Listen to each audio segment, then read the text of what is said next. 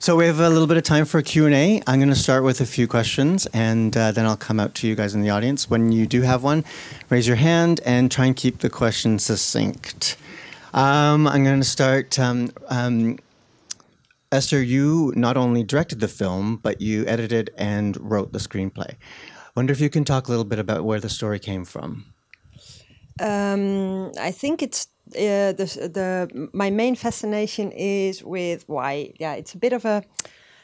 You read a lot about it last few years. Actually, we've got it all, and still everybody is searching for something, and it's the unrest. It's the continuous unrest, and I'm not talking about the unrest of busy people, but it's underneath that. People are kind of. How do you say? Searching. Yeah, and also they've thank you very much. They are kind of lost from themselves, and they don't know really what they're doing and why. And yeah, I think that's the basic idea. And Cersei, you're a very seasoned actor. What in particular drew you to this script? Well, first of all, I was very lucky that she came to me, and I had to audition for the film. But the nice thing was that we got the script to read. I could read all the script before coming to the audition, and I was already amazed only by reading the script. So I was like, wow, what is this? It's great. I was very happy to go to the audition, and then more happy after when Esther decided to work with me. And Dan, the sound is almost a character in itself in the film. I wonder if you can talk about the sound and how that played. Did Esther have that in mind at the beginning? How much did you participate? Esther and I have always worked together. I've always been the director of sound on all of Esther's films, and Esther has this idea of sensory cinema, which is fundamentally about the experience of. It's a kind of everything sensory experience for the audience. With this film, we have a realism on one side and a theatrical absurdity on the other. I think if you were to see the realism and the absurdity just in the image, then the juxtaposition would be perhaps clearer. But it's a difficult film in terms of structure. Yeah. Yeah, what I would like to add is that we've really tried to make this film about the I form. I hate that word, but it explains it very well. Oh, thank you. That's good. Hello. The I form of the main character. So what for me is incredibly important is that you experience what the leading lady is experiencing, and so every disbalance or every handicap you feel in the film is because she feels it. And with this film, we decided to have this small social realism drama, close to home, very recognizable, but also this almost theatrical, like Dan said. Absurdity. Yeah. Which reflects the absurdity of the struggle of life, really. Yeah, and like we keep referring to one another with those little fat angels, cherubs. Thank you, because they have these arrows, and they say, "Oh, you have cancer," or "You have." It's this. I mean, I'm exaggerating, but there's this sense of humor, dark sense of humor that we were trying to establish, because Mette is looking at, in retrospect, at her life, thinking, how did I get that far away? So there is this far away from her idea of self-expectation, which is really quite a universal thing. It's not just gender specific. It's not postnatal depression at all. No. Yeah, no, it's society, I think. It's the unrest I tried to talk about earlier. And Cersei, can you maybe talk a little bit about the shoot? Was this, I mean, the film jumps back and forth a lot. Yeah. Was it shot that way? How was it shot? No, we didn't shoot it, well, in fragments or so. It was quite chronological. the whole part where I'm well, where everything is happening. We did that in the beginning, and then we ended with the hospital, the rehabilitation. And you had always planned that, I assume, in how you wanted to shoot the film. Yeah, otherwise it would have been incredibly confusing. Mm-hmm. And I'm pointing at you, but not just for you, but also for the DOP. And I mean, because it's her experience, we go back, the film is her experience, it had to be grounded. We had to have this clear, sharp build-up of the two bits of the film. It had to be really sharp, so... Yeah, we had to know what we did yesterday to continue and it's quite today. Interesting also for me because then it's more than just words on a paper. It's also I've lived it me also as an actress. Yeah, I think all of us on set as well. Yeah. But this non-linear element in the structure of the film, that was in the script, but not to the extent that it is now, and that was something that was very much part of the development. I mean, Rots Filmwerk, we see the making of a film as developing at every stage. So we try and pull it back to the intention, Esther's original intentions. That's kind of how we work. And where does that happen? Does that happen halfway through? Is that right when you start revisiting it all the time, or is it really at the end that you do that? No, it's right the way through. I give Esther sound while she's editing. She edited partly during the dry period, the filming, the shooting days. Yeah, then, which is really, really helpful in the whole process, then because the sound is such an important part of any film, then works, well, actually you started working while I was writing. It really kind of, in an early stage, and then sometimes the music was much more important to me in explaining what the film was about than so we use the same stuff, but we work from different perspectives. Yeah, it's very much in a way about a film in the eye, from the eye perspective, about a woman. I'm a man, but I'm dealing with, I have also problems that are dealt with in a way, in a parallel way. And that it's not just about a woman; there are also universal problems, as we already said. Yeah. Do you have any questions in the audience? Yes, the lady over here. Yeah, I noticed that I'm from Belgium, and Susie, you're Belgian, and then Miller was also Belgian. And so I wondered why that choice was made and how that changed the movie and how did that work? We've been through an intense casting period. I think we've seen everyone. And the short answer is just quality. Esther was looking for a certain quality and found it in CSA Latham and Lean. Yeah, I don't know. It's got nothing to do with co-production at all. Actually. No, the co-production came after, so it's not what I did like, which added to the Belgium plus, was that it feels a bit more logical for Sierse to invite Lean over because they're two Belgians in this nasty Dutch. But it's kind of the expatriate gravitating towards each other. Yeah, and they speak quite well. You probably heard, but some of Lean's talking is. It's quite colloquial. Pure, it's pure Belgium. So it's a distance between them and everyone else, and I really like that as well. But mostly it's, like Dan said, quality.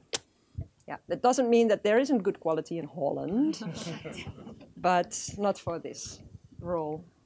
Yeah, I couldn't find it. Over here. I think a lot of people would be surprised at how many women who work with spousal abuse and physical abuse actually live in terrible relationships themselves. But I'm wondering if in preparing for this, did you meet the shelter workers or abuse workers? No, actually, I didn't. No, I've more prepared on the accident and the trauma of the accident than about what you were talking about, the physical abused persons. Because but it didn't happen to Mette either. The physical, she's working there, but she's not for herself. Yes, over here. What was the vibe looking like all together on set? Was it quite meditative or very pensive or thoughtful, given that was the energy at a lot of restaurants? But before we answer, does everyone hear the question? Okay. No, the question is about the vibe on set during the shooting of the film. Was it quite calm? Was it how was it? Is it for me? You Oh yeah, okay. Well, it was a very intimistic set. We were 12, 15 people, and there was never a moment of doing nothing. We were always shooting. And I'd like to add, we didn't have any makeup on set, so there wasn't even between two scenes just a moment to escape. No, it was one scene and then the other one. But it created the unrest. Yeah, it created it. At the moment, I didn't realize that it would have been nice to have somebody just to have a moment of rest. It's only when the makeup came at the second part of the film, when I've got the scar and everything, that I felt like, oh, that would have been nice. Yeah, I think an excuse to recover, perhaps. Yeah. Yeah, I think because this process Dan was referring to earlier is that we try to avoid executing the script or executing what you thought this morning I'm going to do today. We constantly were looking for what was happening in front of the camera, in front of the lens, with other people, constantly being open for better things, for better ways of telling, for better, and I think that created a little unrest around us. The script was and is a strong structure, and there was an element of improvisation, but not.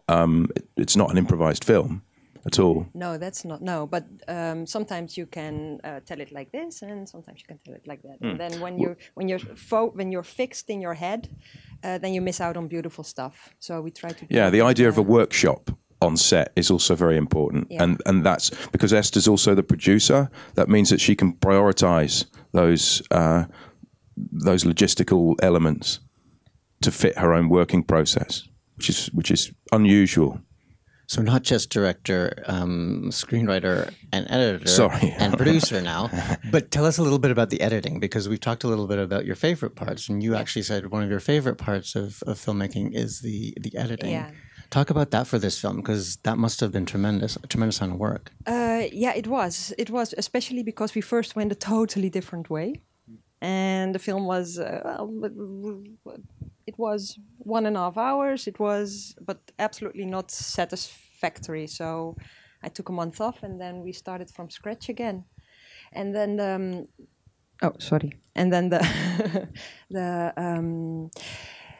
the thing about editing is that for me is where the magic comes from. At set, there are so many things, so many people asking questions, so many. It's very hard to see what's happening within these. And then with the editing, when it's only you in this dark room and you can focus and see, and then you think, sometimes the first one was the one, and I totally missed it on the set because of chaos and yeah, it's really, I think editing is just magic. And also the storyline. I mean, you can change everything. You can change. You can really make things nasty, or you can really improve quality, or you can. Yeah, it's. Well, that's kind of the thing about film. It's this big gazumped artwork. Where you pull on one piece, and it changes everything, which is fascinating in terms of structure. Yeah, and then again, it's so important. Sorry, it's so important to have music finished as a rhythm decising thing. I don't understand how people can edit a film without music being in at least nearly finished thing. It's important. Over here. Was the operatic element something that was planned? Or? It wasn't the thing we first envisaged. Get the question for everyone. The question is about the operatic elements. Was that always planned? No, it wasn't envisaged to start with. Esther started with this idea of gospel, which was also quite left field in terms of the realism of the image and the scenario. Yeah, we were looking for the humour, the absurdity, the contrasts. Thus, also angelic kind of thing. Which yeah, you see, there's also the lyrics as well. It's quite declarative, but sometimes by stating the obvious can also be very poetic. It's kind of like music concrète. Yeah, so obvious, also not. I can't get go, go, go, go, Mette out of my head. Well, you can put your own, David, you can put your own name in that in the morning. It's like, go, go, go, go, David. Go. All together now. Yes. Yeah. Over here. Not to move away from the talk about technical aspects of the film. It was really a great film. I really liked it. Thank you. Thank you. The acting, obviously the directing and writing, and the music. I thought the score was spot on. But I kind of have a really simple question. I'm almost embarrassed to ask it, but whatever. What was Mette's job before the accident? It wasn't clear to me. Like, obviously, she was in an office. No, she was a social worker, working, helping. How do you say geslagen vrouwen? Beaten women. Beaten. She's helping out beaten women. And yet, okay. So for me, that was a little bit of a catch. Okay. Yeah, but she. If our character had this background, and then her Friend Miller. her friend is her coworker. It's one of her clients actually. She's helping this girl. Yeah. Yeah. She's doing something she knows she shouldn't do. She invites the person at her home, and therefore the danger comes in. But she should never get close with a So client. when her husband comes back, maybe I misunderstood. I thought she said to her husband, "Oh, she's a woman." She said that. Yeah. Yeah, but you are right. It is it's a very emotional job, but most of it is been done from behind the desk. So the actual understanding of the problem, the actual physical thing, is quite far away for some of those people in those jobs, and she is one of slightly distant forms. Yeah. Over here. The impact of the movie was on lots of flashbacks. And flash forwards. So when you were filming the movie, was the other scenes superimposed on the editing, or it was just part of the film? Like, was the flashbacks superimposed on the movie filming, or that they were just the part of the script? Question? What's the question? The question is it's a little bit of a repeat, but it was more about the way it was shot, I guess.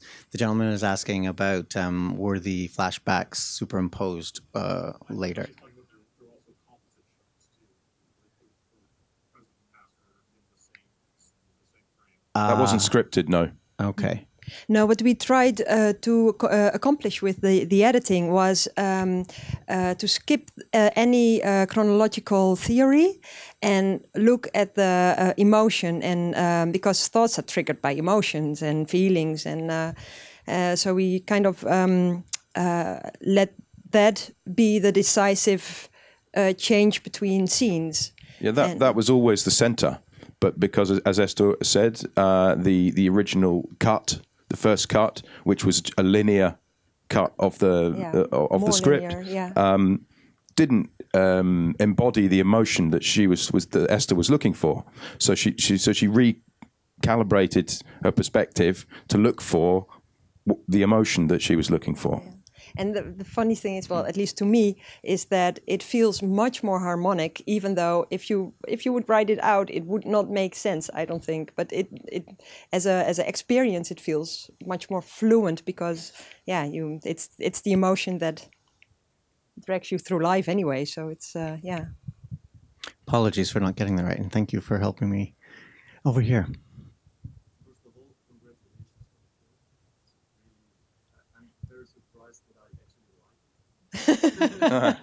Yeah, it's on my. It's like, Yeah, we get that it's like, more. yeah, we get that. Yeah.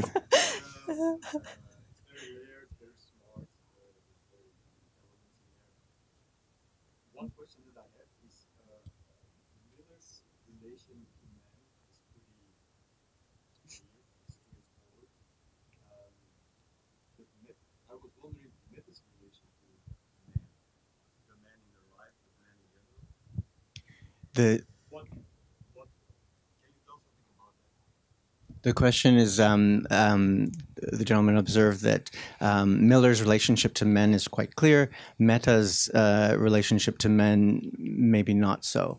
And I was wondering what you want to, how you saw it as a scriptwriter. I mean, Yeah. and how Roseanne saw that. To me, Mette is just not in touch with herself. I mean, it's the ground thing where everything comes back to, but it's true. And she's taking things for granted that she shouldn't. She's not seeing the details anymore. I think she's just, and it doesn't matter whether they're men or women or what, it's just she needs, well, what the film gives her, she needs a big pat in the face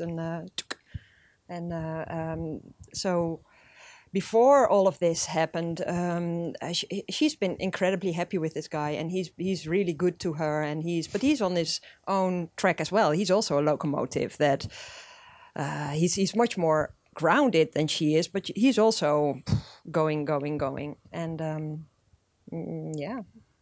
Is that answering your question? Yeah.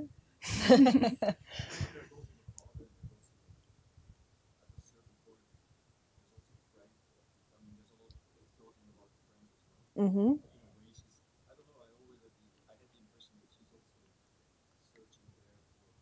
No, actually, she's like why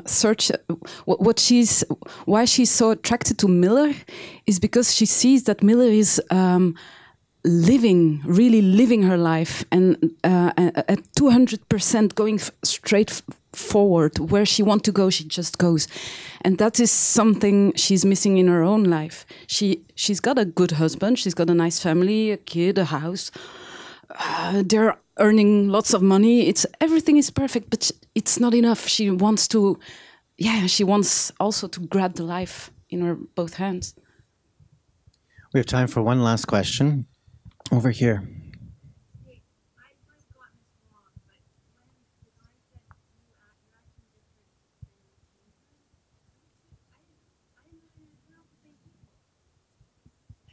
They aren't. For me... Oh. No, go ahead. Yeah, if everybody heard. Can you repeat the question? Okay, so the question is, why did this guy refer to the changing room, Frank, in front of the door? For me, that was another big slap in the face of Mette, because she trusted Lee. And she hasn't even told her own husband, but she did tell Lee. And Lee is kind of sensational about it. And it's probably one of the first things she said when she was with Frank on the phone. So it's this, how do you say? She's been betrayed. Yeah, yeah. In a very mean way. Yeah.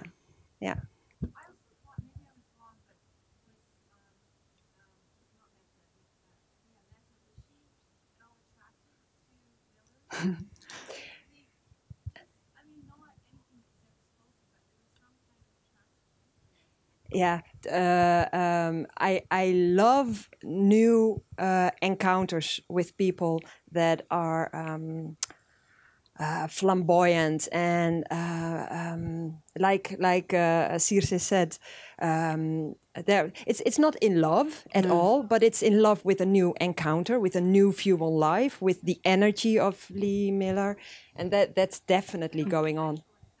No. Yeah, but that's definitely true. Yeah. An exciting new thing. Everyone, thank you very much for your questions. Ladies and gentlemen, Dan Geeson, Circe Letho, and our amazing filmmaker, Esther Rots. Thank you all. Thank you.